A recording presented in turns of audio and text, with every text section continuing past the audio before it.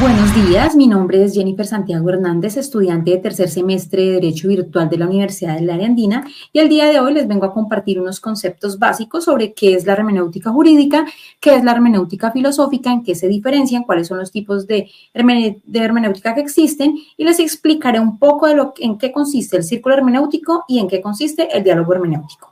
Bueno, empecemos. La hermenéutica jurídica es la teoría y metodología utilizada para interpretar y comprender el significado de las normas jurídicas como leyes, acuerdos, tratados, resoluciones, ordenanzas y cualquier otro tipo de texto legal. Es el estudio de cómo se deben interpretar estos documentos jurídicos para aplicarlos de manera justa y coherente en diferentes situaciones y a casos concretos. En el ámbito jurídico, las leyes no siempre son claras o detalladas, lo que puede generar ambigüedades o diferentes interpretaciones. Para esto, la hermenéutica jurídica proporciona herramientas y métodos para aclarar estos textos. Se basa en principios y métodos desarrollados en la filosofía, la lingüística y la teoría literaria, y se aplica en el ámbito del derecho para comprender el significado literal y el contexto histórico en el que las normas jurídicas fueron escritas, así identificar el propósito y la intención del legislador y los principios generales del derecho.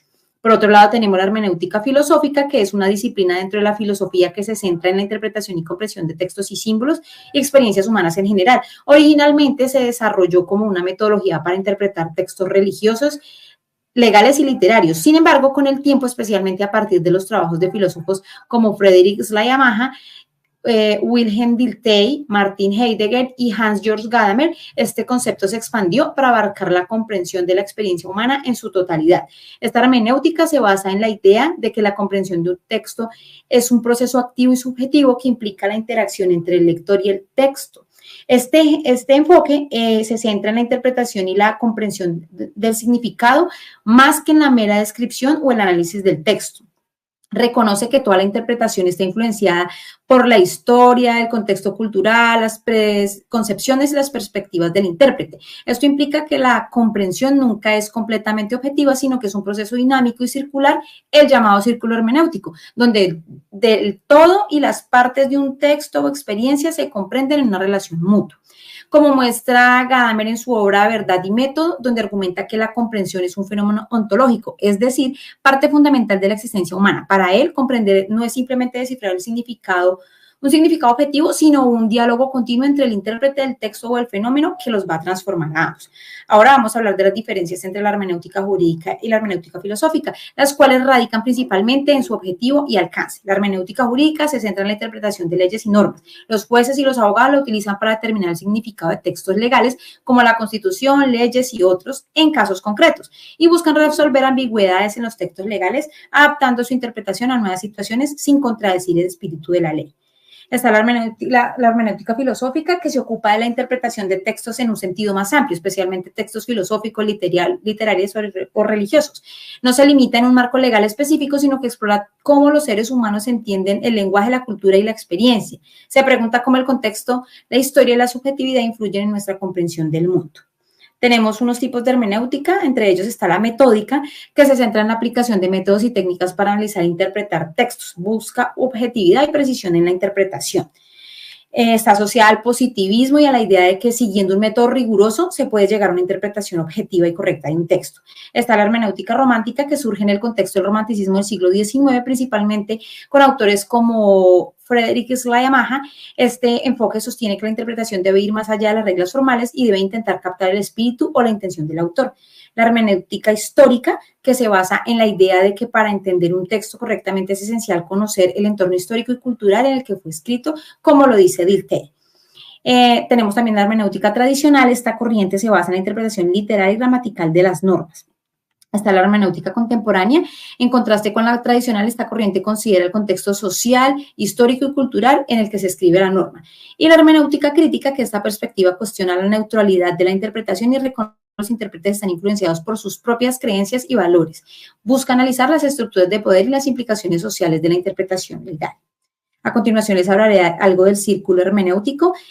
El concepto central de la metodología hermenéutica es el círculo hermenéutico, que describe cómo la comprensión se desarrolla en un proceso continuo y recursivo entre el todo y las partes. La idea básica es que para entender el todo de un texto o fenómeno es necesario entender sus partes y para entender cada parte es necesario referirse al todo. Este proceso es dinámico y no lineal. Por ejemplo, al leer un libro debe comprender los capítulos individuales que serían las partes y el contexto de la totalidad del libro que sería el todo. La comprensión del libro en su totalidad se enriquece y se ajusta con la comprensión de cada capítulo. El ciclo hermenéutico es recursivo porque la interpretación avanza en espiral. Cada nueva comprensión de una parte puede modificar la comprensión del todo y viceversa. Al comprender el todo, entendemos mejor cada una de estas partes. Este proceso puede ser infinito, ya que cada lectura o interpretación puede aportar nuevas perspectivas y comprensiones. Un ejemplo de esto sería, imaginemos que estamos leyendo una novela. Al principio entendemos algunas frases o capítulos, pero no toda la historia. Sin embargo, a medida que avanzamos entre los capítulos, entendemos mejor el argumento general. Este conocimiento nos permite volver a los primeros capítulos y comprender de una manera más profunda lo que se nos quería expresar o contar. Este proceso de ir y venir entre las partes, que son los capítulos individuales, y el todo, que es la novela completa, es el círculo hermenéutico, que profundiza la comprensión. Por su parte, el diálogo hermenéutico consiste en la interacción entre el intérprete o lector y el texto. En este diálogo, el intérprete no solo extrae información del texto, sino que también aporta su propio contexto, conocimientos y experiencias que influyen en la comprensión del texto. Es un intercambio de ideas en el que las personas buscan comprenderse mutuamente a través de un proceso de interpretación. En lugar de tratar de ganar una discusión o imponer su punto de vista, el objetivo es lograr una comprensión más profunda del tema y del uno y del otro participante durante ese diálogo. Un ejemplo sería, Ana y Luis están viendo una película. Ambos tuvieron opiniones diferentes. Ana dice que la película fue súper aburrida, que el ritmo muy lento, que los personajes poco interesantes. Luis dice, por otro lado, que la película fue fascinante porque explora temas profundos sobre la condición humana.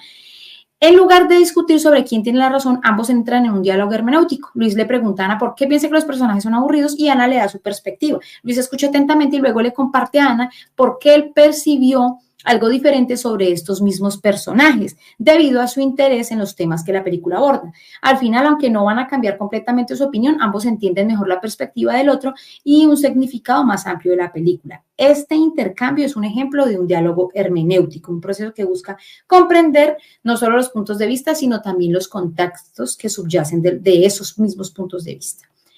A continuación daremos respuesta a un interrogante de la lectura recomendada número 1, la hermenéutica, una actividad interpretativa, que es ¿cómo define la hermenéutica el texto y cuál es su importancia en la interpretación de textos históricos contemporáneos? Entonces tenemos que para la hermenéutica el texto no es solo un conjunto de palabras o frases, sino una unidad que debe ser comprendida en su totalidad, considerando tanto su contenido explícito como su contenido implícito. Desde la perspectiva hermenéutica, el texto es visto como un producto histórico y cultural. Un texto refleja las circunstancias históricas, culturales y sociales del autor. Por tanto, entender un texto implica situarlo en su contexto original y considerar cómo estos factores influyen en su contenido y significado. La importancia de la hermenéutica en la interpretación de textos históricos y contemporáneos radica en la capacidad para desentrañar ese significado profundo de los textos, considerando tanto el contexto en el que fueron escritos como la perspectiva del intérprete. Estos textos contemporáneos facilitan la interpretación de discursos, narrativas y símbolos en función de las circunstancias actuales, lo que permite una comprensión crítica y reflexiva de la realidad presente. También tenemos una pregunta de la lectura número 2, que se refería al círculo hermenéutico en comprensión sobre un vínculo original entre hermenéutica y lógica en el diálogo de Heidegger-Gadamer. ¿Qué papel juegan los prejuicios en el proceso de la interpretación hermenéutica y cómo afectan nuestra comprensión de textos? Gadamer reforzó la concepción de que en la ausencia de prejuicios nosotros no podríamos entender nada. Prejuicios son las condiciones que hacen posible la comprensión y al final ellos nos muestran ser un recurso de conocimiento o de verdad. Según Gadamer, cuando se habla de prejuicios no se habla en el sentido negativo que en la actualidad tiene esta palabra, sino que los prejuicios juegan un papel crucial en el proceso de la interpretación hermenéutica, ya que no son simplemente errores que deben ser eliminados, sino que son parte integral de nuestra comprensión y experiencia, son una parte natural de nuestra comprensión del mundo. Los prejuicios no son las creencias y suposiciones previas son las creencias y suposiciones previas que tenemos sobre un tema o texto y que influyen en nuestra interpretación de él. Estos prejuicios nos pueden afectar nuestra comprensión de varias maneras. Pueden llevarnos a ignorar o minimizar la información que no se ajusta a nuestras creencias, puede influir en nuestra interpretación de los textos llevándonos a enfatizar ciertos aspectos y a ignorar otros, puede cerrar nuestra comprensión a nuevas perspectivas y significados, pero también pueden ser productivos si los reconocemos y los utilizamos de manera consciente.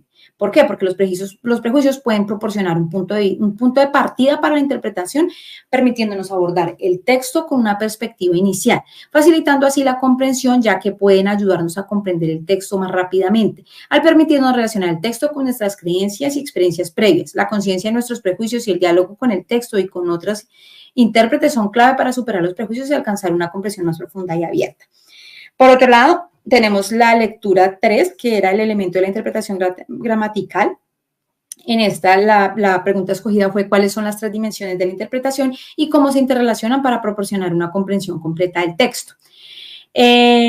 Thibaut, en su obra Teoría de la Interpretación Lógica del Derecho Romano, establece 3 dimensiones sobre las cuales recae la interpretación. Una es la literalidad, que es lo dicho y puesto en las palabras. Esta dimensión se centra en el análisis del texto normativo tal como está escrito. Implica una lectura rigurosa del lenguaje utilizado. Se basa en la premisa de que el legislador expresa su voluntad a través de un lenguaje preciso y claro. 2, está el propósito del legislador, que vendría siendo una interpretación teleológica, que es lo pensado y lo querido a través de las palabras. Esta dimensión busca identificar la intención del legislador al momento de crear la norma. Y 3, está la ratio legis, o el espíritu de la ley, es decir, la razón o el fundamento de lo que debía decir y lo que se remite a la prescripción. El ratio legis representa el fundamento lógico y jurídico que subyace a la norma. Esta dimensión va más allá del texto y la intención explícita del legislador y se enfoca en el principio o razón que justifica la existencia de la norma dentro del orden jurídico. Estas 3 dimensiones se interrelacionan, permitiéndole al intérprete no solo entender qué dice la norma, sino también cómo y por qué debe aplicarse en casos concretos, respetando tanto la voluntad del legislador como los principios jurídicos subyacentes. La literalidad ofrece la base textual, el propósito del legislador proporciona dirección y contexto, y la ratio legis asegura la coherencia sistemática. Muchísimas gracias por su atención.